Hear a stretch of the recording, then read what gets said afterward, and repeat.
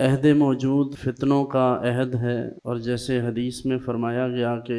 قرب قیامت میں فتنے اس طرح اتریں گے جس طرح بارش آسمان سے اترتی ہے۔ اس دور میں سب سے خطرناک جو پہلو ہے وہ یہ کہ لوگ بدتمیزی اور بے ادبی میں آگے بڑھ گئے ہیں۔ یاد رکھیے، کوئی بھی شخص انبیاء کرام علیہم السلام اور مقدسات کے متعلق اس وقت تک جری نہیں ہوتا جب تک وہ نچلے طبقات کے بارے میں جرأت نہ رکھے۔ اس دور میں اپنے عقائد کی حفاظت از حد ضروری ہے، اور یہ اس لیے بھی ضروری ہے کہ عقیدے کے بغیر انسان کا کوئی بھی عمل قابل قبول نہیں ہے۔ اس کی نماز، اس کا روزہ، اس کی عبادات، اس کے صدقہ و خیرات اور تمام تر جو بھی مشاغل ہیں ان کا اسے فائدہ نہیں ہوگا۔ جیسے ارشاد فرمایا گیا کہ انما الاعمال بالخواتیم، اعمال کا دار و مدار اچھے خاتمہ پر ہے۔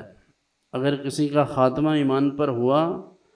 تو اس کے اعمال اللہ کی بارگاہ میں مقبول ہیں، اور اگر کسی کو خاتمہ ہی ایمان پر نصیب نہ ہوا، وہ بے ادبی میں آگے بڑھ گیا یا کسی سبب سے ایمان اسے مرتے وقت نصیب نہ ہو سکا، بے ایمانی میں مرا،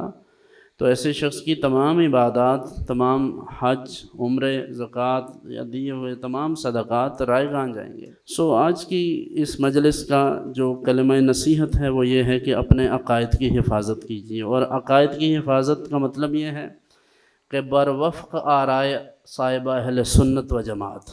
کے فرقہ ناجیان، کہ اپنے عقائد کو اہل سنت و جماعت کے عقائد کے موافق کر لیا جائے، یعنی وہ جو اہل سنت و جماعت کے بزرگوں کے عقائد ہیں وہی عقائد رکھے جائیں۔ اسی میں ہماری نجات ہے۔ نئے نئے نام، نئی نئی اصطلاحات، نئی نئی باتیں، نئے نئے نعرے اور عجیب و غریب قسم کے دعوے، ان تمام چیزوں کی طرف توجہ دینے کی ضرورت نہیں ہے، اور ہمارے پاس ایک سمپل سا فارمولہ ہے کہ نبی اکرم صلی اللہ علیہ وآلہ وسلم کی تعلیمات کو سمجھنے کے لیے، حضور صلی اللہ علیہ وآلہ وسلم کے اسوہ حسنہ پر عمل کرنے کے لیے، یا دین کی تفہیم کے لیے، دین کے فہم کے لیے ہمارے پاس جو سب سے بڑا سورس ہے وہ حضرات صوفیاء کرام رحمہم اللہ کی ذوات گرامی ہیں۔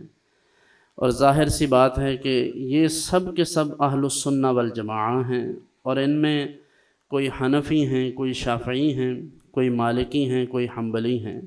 اور یہ سب کے سب اہل سنت ہی ہیں۔ تو عقائد میں کوئی فرق نہیں ہے، معمولات میں فرق ہے، فرعی اختلافات ہیں چھوٹے موٹے، اور وہی اختلافات ہیں ان ائمہ کرام کے جن کے بارے میں حدیث میں آتا ہے کہ میری امت کا اختلاف بھی رحمت کا باعث ہے۔ اس اختلاف کا یہ مطلب نہیں ہے کہ اس سے یہ مفہوم تراشا جائے کہ مولوی ہر وقت لڑتے رہتے ہیں،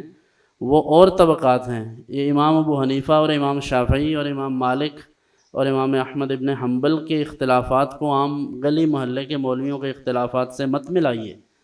اس لیے کہ ان کے اختلافات سے جو آج تک ہمیں مختلف مسائل سے ہمارا واسطہ پڑتا ہے، مختلف چیزیں ہمارے سامنے آتی ہیں تحقیق طلب، تو یہ ان ائمہ کرام کی ان محنتوں کا نتیجہ ہے کہ آج ہم ان مسائل کو سمجھ پاتے ہیں۔ اور ویسے بھی نبی کریم صلی اللہ علیہ وآلہ وسلم نے ارشاد فرمایا کہ جس شخص نے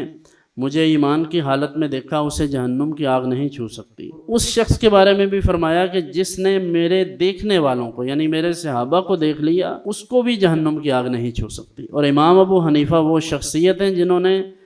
تقریباً 8 صحابہ کرام علیہم رضوان کی زیارت کی ہے، اور صرف زیارت نہیں کی بلکہ ان کے سامنے زانو تلمذ طے کیا ہے، ان سے علم حدیث کا سماع کیا ہے، باقاعدہ پڑھا ہے۔ تو کیوں کر ہماری لیاقت و صلاحیت ان کے برابر ہو سکتی ہے؟ تو یہ ذالک فضل اللہ یؤتیہ من یشاء، تو کسی کو اللہ اگر فضیلت دے، علم دے، کسی کو برتری دے، تو اس کی برتری کو، اس کی فضیلت و افضلیت کو دل و جان سے تسلیم کرنا چاہیے۔